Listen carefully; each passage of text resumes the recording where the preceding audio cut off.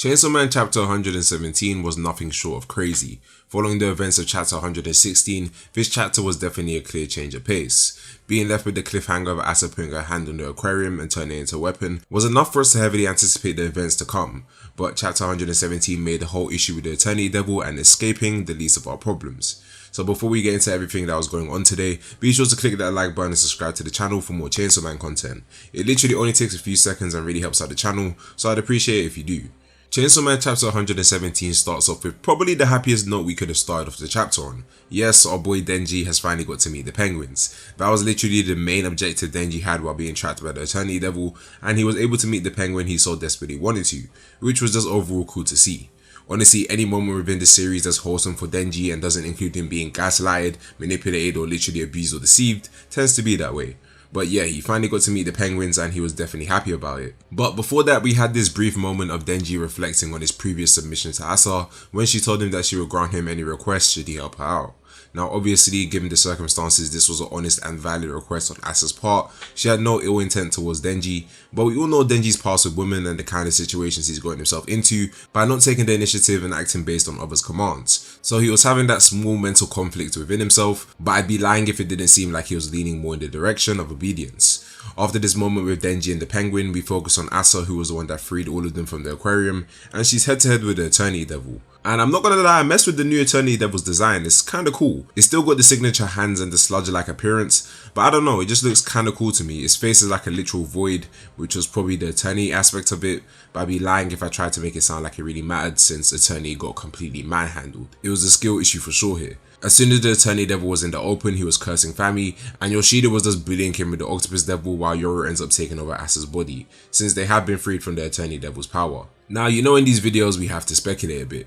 Obviously, since Fami's introduction, we've had the issue with the Justice Devil and Yuko, who even Asa believes Fami might be behind. The fake Chainsaw Man, which has kind of gone cold now since we know that the Devil Hunter Club president is a fraud, and Fami's ability to save Yuko and the one that allowed her to separate Yoru from Asa and take her outside. Now that I really think about it though, mid-recording, it could just be the Eternity Devil giving her permission to do that, that she could take her outside of his ability. But anyway, you never know. There's just so many questions. And given the direction of this chapter and Yoru's return, we will probably have answers in the near future. But I wouldn't be surprised if Fami has an ability that falls in a similar bracket to Makima's control of using other devils' power.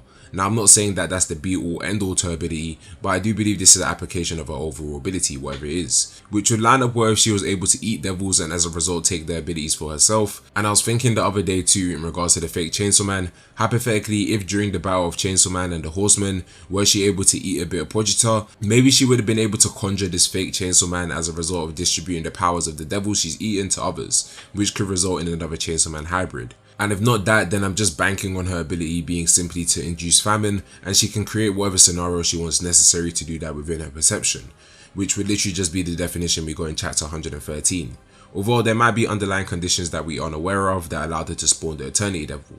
But even if it's just that, her being able to create these stages that would mess with one's morality through famine, that's already dangerous enough as is. And if somehow literally everything I said is within her capability, then boy, we do have a serious problem on our hands. Anyway, going back to the chapter, Yoru fires the kill shot to the Eternity Devil, and we have this part in the panel where the president says that power, could it be?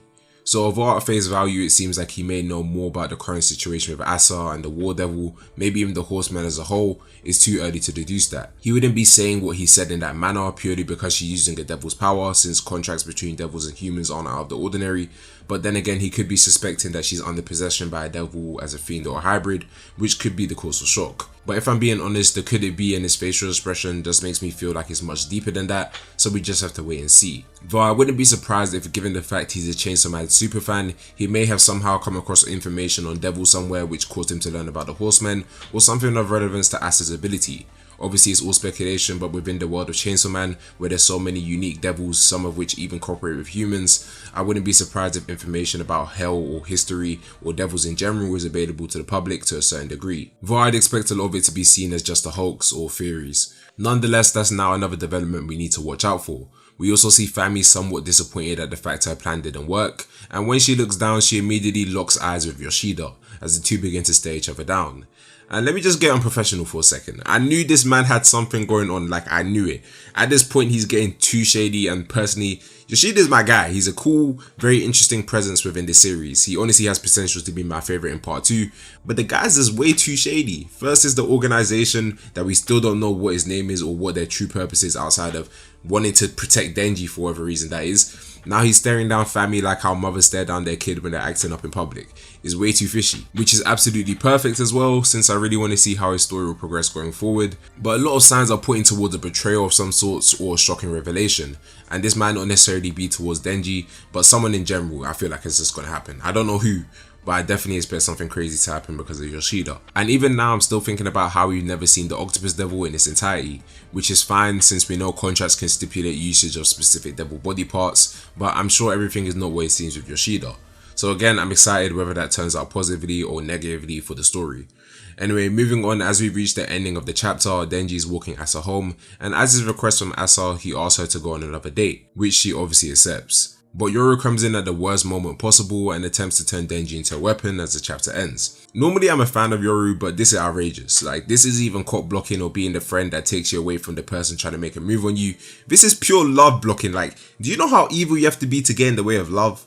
Denji and Asa were having like a genuine moment here, and Yoru just went and messed it all up. But all jokes aside, honestly, I don't think this will work here if I'm being truthfully honest. If it does, then, well, damn, Fujimoto doesn't want us to know peace with his manga, especially given how in chapter 116, Denji was talking about trying to provide for Naito and how he's essentially living to give her a good life. It would be so messed up if Yoru actually succeeds here.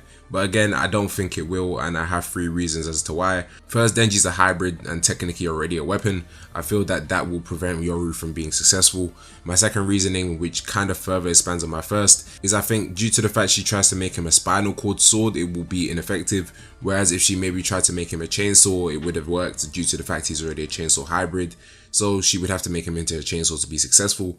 But she has no way of knowing that since she doesn't actually know he's Chainsaw Man. And last but not least, Asa will interfere with potentially 2 ways. 1, she willpowers through it, managing to prevent Yoru since it's still her body to a degree. And 2, due to the hopelessness of the situation and Asa being in extreme fear of Yoru's actions, she ends up seizing control of Asa's body, but not by choice. Since in chapter 101, Yoru did say she can't take over Asa's body while stricken with fear. So maybe as soon as she makes contact with Denji, she'll lose control, which would be enough of a window for him to be safe.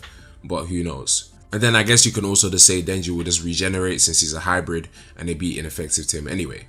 However, with that being said, chapter 117 was absolutely amazing, and once again Fujimoto just manages to catch me off guard with his writing.